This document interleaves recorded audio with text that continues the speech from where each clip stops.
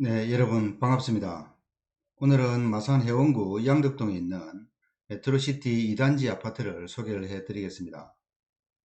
잘 아시다시피 메트로시티 1단지와 2단지는 마산의 중심에 위치를 하고 있고 마산의 대표적인 아파트로 자리하고 있습니다. 오늘 물건은 메트로시티 2단지의 201동 37층에 위치를 하고 있고 32평형 A타입으로 전용 면적은 74.93평방미터 22.67평입니다. 지난 4월 10일에 메트로시티 1단지 49평형 아파트가 매각이 됐었는데 26명이 입찰하여 경쟁률이 아주 높았던 물건입니다. 이 부분은 조금 이따가 자세하게 설명을 해드리겠습니다. 메트로시티 2단지 아파트는 단점보다는 장점이 많은 아파트로 인기가 높습니다. 주변에 마산 야구장, 신세계 백화점, 고속버스 터미널이 위치를 하고 있고 단지 내에 롯데마트 마산점이 위치를 하고 있어서 편리한 생활 환경이 장점인 아파트입니다. 그리고 물건지로부터 반경 1.5km 이내에 마산역 시외버스 터미널이 위치를 하고 있고 5분 이내에 고속도로 진출입도 가능한 지역에 위치를 하고 있습니다.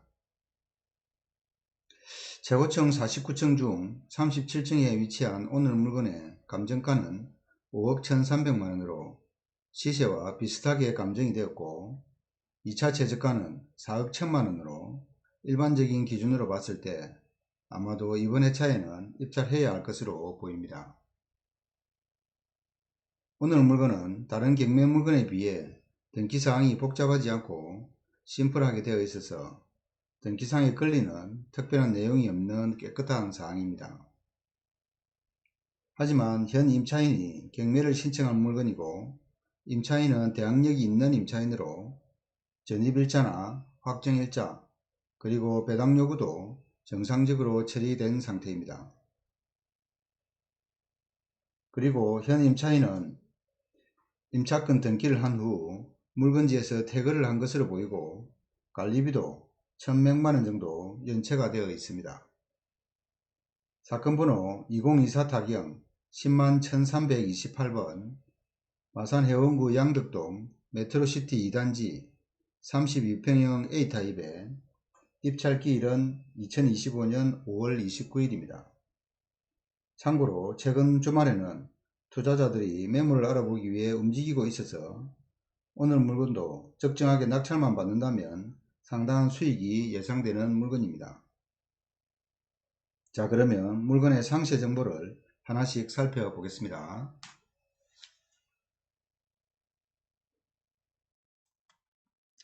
자, 오늘 물건의 위치를 한번 살펴보게 되면 지금 여기 이 붉은색으로 표시되는 부분이 메트로시티 2단지 아파트의 단지입니다. 그 중에서 오늘 물건 201동 같은 경우에는 지금 물건지에서 제일 뒤쪽에 있는 하천가 주변으로 201동이 위치를 하고 있는 모습이 되겠습니다. 정문은 이쪽이 정문이고 옆쪽으로 동문이 설치가 되어 있고 동문 바로 옆에 오늘의 물건이 위치하고 있다고 보시면 되겠습니다. 이쪽 201동 중에서도 제일 오른쪽에 오늘 물건이 위치하고 있다고 보시면 됩니다.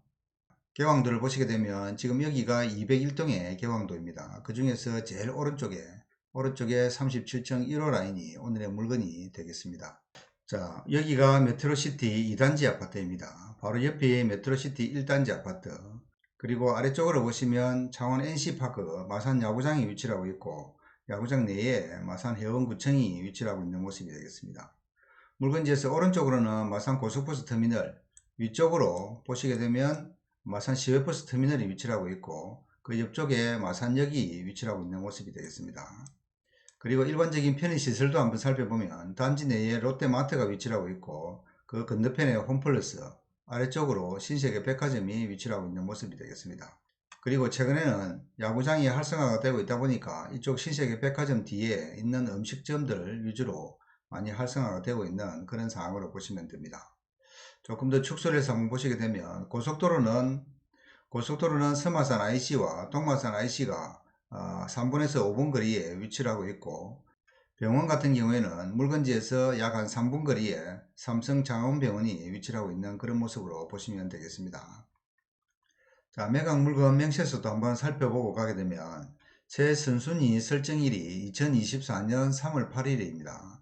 지금 여기 경매 개시 결정 등기가 최선순위 설정 등기로 보시면 되겠습니다.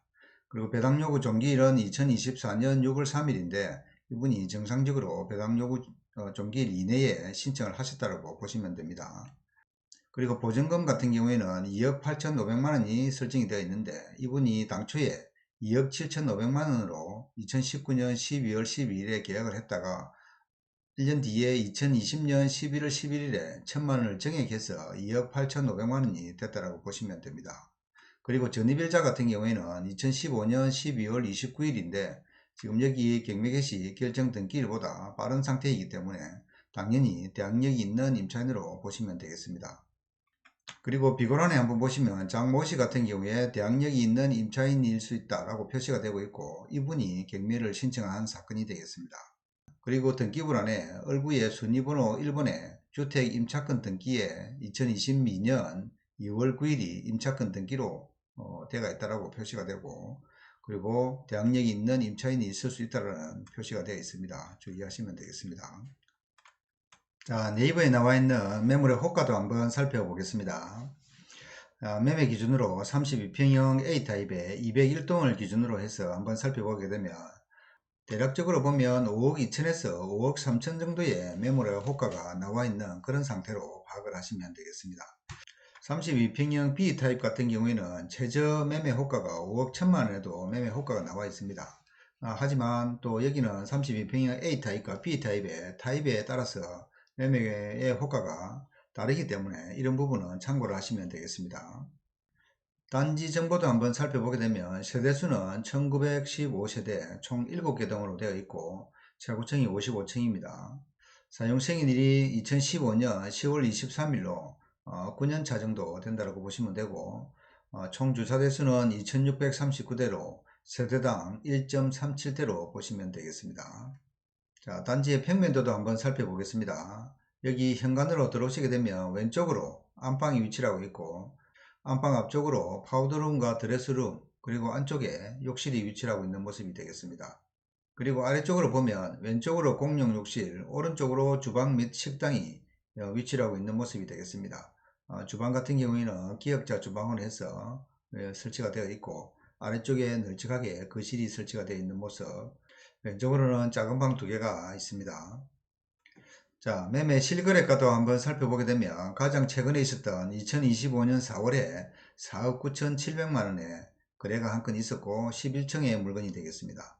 그리고 3월 달에는 5억 23층 물건이 5억에 거래가 되었고 그리고 2월 달에는 20층 물건이 5억 500에 거래가 된 그런 물건이 되겠습니다.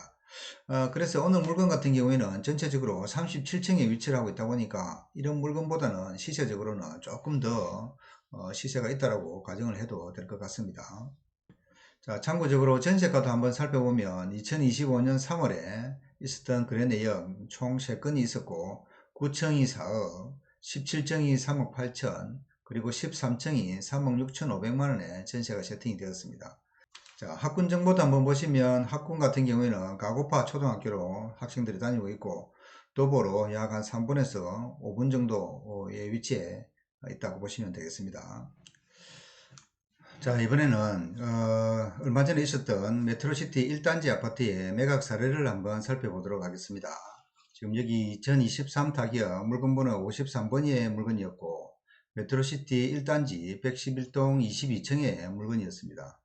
평수가 49평형에 해당하는 물건이었는데 여기에 감정금액이 6억 4,700만원에 감정이 되었고 5억 5,500만원에 한번 입찰이 있었고 낙찰이 되었다가 매각 불허가 결정이 나는 바람에 경매가 다시 진행되었습니다. 그래서 최종적으로 2025년 4월 10일에 최저금액 4억 1,400만원에 경매가 다시 진행이 되었는데 최종적으로 낙찰되는 금액은 5억 2,700만원 정도에 낙찰이 된 그런 사례고 입찰 인원이 상당히 많은 26명이 입찰을 한 그런 상태로 보시면 됩니다. 지금 여기 이 물건 같은 경우에는 관리비가 약 한 2천만원 정도 연체가 되어 있었고 가장 최근에 매매 사례가 5억 9천만원 정도에 매각이 된 그런 상태입니다.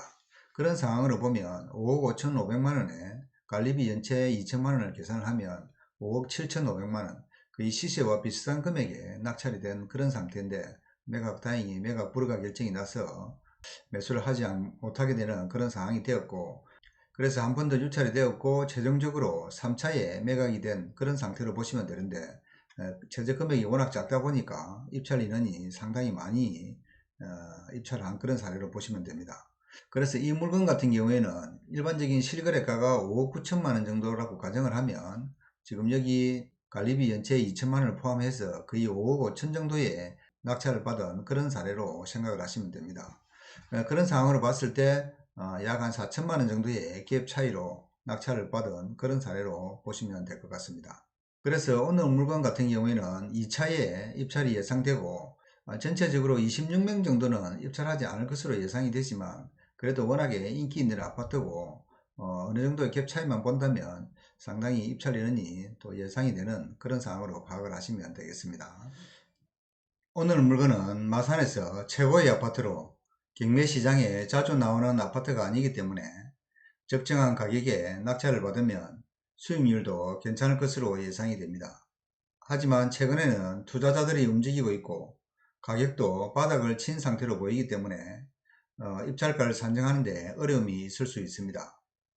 이런 부분에 대해서 저희 다산경매가 도움을 드리고 있으니까 꼭 낙찰 받고자 한다면 연락을 한번 주시기 바랍니다. 경매는 권리 분석도 중요하지만 물건 분석을 하는 것이 더욱더 중요합니다. 대충 계산해서 낙찰을 받아 후회하는 분들도 많이 있습니다.